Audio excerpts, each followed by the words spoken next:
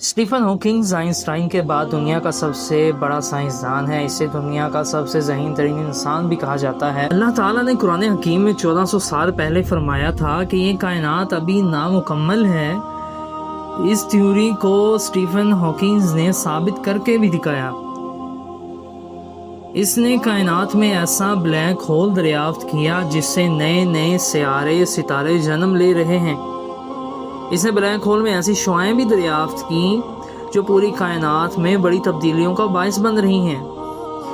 یہ شعاعیں Stephen Hawking کے نیم سے مناسبت سے ہاکنگ ریڈیشنز بھی کہلاتی ہیں۔ اسٹیفن ہاکنگ فزکس اور ریاضی میں ایکسپرٹ ہے اور دنیا کے بڑے سے بڑے سائنسدان بھی اسے اپنا گرو مانتے ہیں۔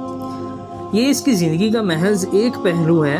وہ MSc تک ایک عام درجے کا طالب علم تھا۔ اسے کھیلنے کودنے کا بہت شوق تھا اور وہ سائیکلنگ بھی چلایا کرتا تھا، فٹ بال کھیلتا تھا اور روزانہ 5 کلومیٹر دوڑ لگاتا تھا۔ اسٹیفن ہاکنگ 1963 میں کیمبرج یونیورسٹی میں داخلہ لیا جہاں وہ PhD کر رہا تھا۔ ایک دن سیڑھیوں سے پھسل کر نیچے گر گیا اور اسے ہسپتال لے جایا گیا۔ وہاں جب اس کا طبی معائنہ کیا گیا تو یہ معلوم ہوا کہ اسے ایک ایسی ڈیزیز ہے، ایسی بیماری ہے جسے موٹر نیورون ڈیزیز کہا جاتا ہے۔ دوستو، یہ بیماری طبی زبان میں ASL کہلاتی ہے۔ اس بیماری کا تعلق دل سے ہوتا ہے۔ ہمارے دل میں چھوٹے چھوٹے عضلات ہوتے ہیں جو ہماری باڈی کو کنٹرول کرتے ہیں۔ اس بیماری کے وقوع پذیر ہونے سے پہلے سائنسدان ہمارے دماغ ہی کو ہماری باڈی کا ڈرائیور سمجھتے تھے۔ تو اس سے پتہ چلا کہ انسانی زندگی کا مرکز دماغ نہیں بلکہ دل ہے، اور دنیا کے تمام مذاہب ٹھیک کہتے ہیں۔ انسان کو دماغ کے بجائے دل پر توجہ دینی چاہیے۔ دل کے یہ عضلات موٹرز کہلاتے ہیں۔ اگر یہ موٹرز مرنا شروع ہو جائیں تو انسان کے تمام عضلات ایک ایک کر کے ساتھ چھوڑنے لگ جاتے ہیں اور انسان خود کو آہستہ آہستہ مرتے دیکھتا ہے۔ ASL کے مریض کی زندگی 3 سے 4 سال تک کی ہوتی ہے۔ دنیا میں ابھی تک اس کا کوئی علاج دریافت نہیں ہو سکا۔ اسٹیفن ہاکنگ بھی 21 سال کی عمر میں اسی بیماری میں مبتلا ہو گیا تھا۔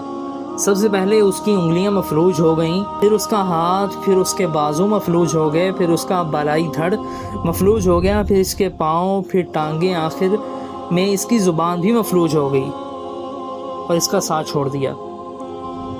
یوں 1965 میں ویل چیئر تک محدود ہو کر رہ گیا۔ پھر اس کی گردن ایک مرتبہ دائیں طرف ڈھلکی، پھر دوبارہ سیدھی نہ ہو سکی۔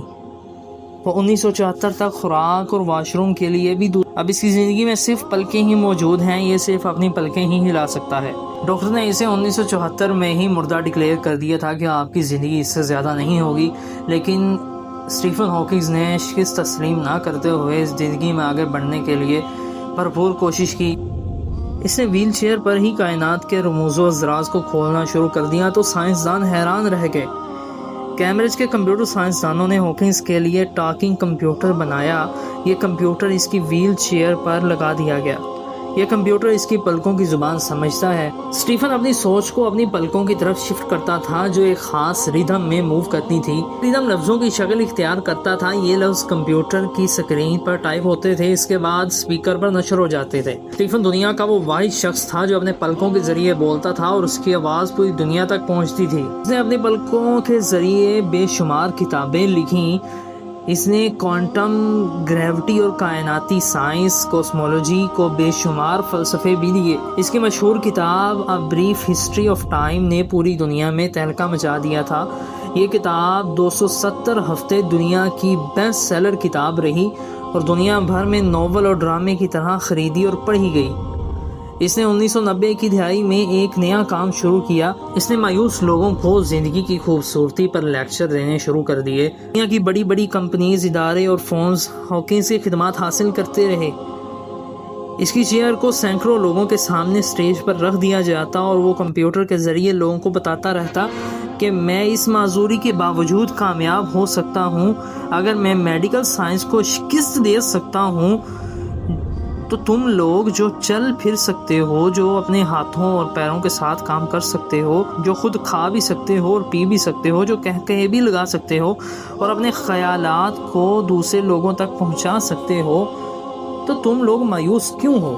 اگر آپ کو یہ ہماری ویڈیو انفارمیٹیو لگی ہو اور کچھ جاننے کو ملا ہو تو ہمارے اس چینل کو ضرور سبسکرائب کیجیے گا اور ہماری ویڈیو کو آگے لوگوں کا تک ضرور شیئر کیجیے گا. آپ کو میں ملوں گا ایک اور نئی انٹرسٹنگ ویڈیو کے ساتھ.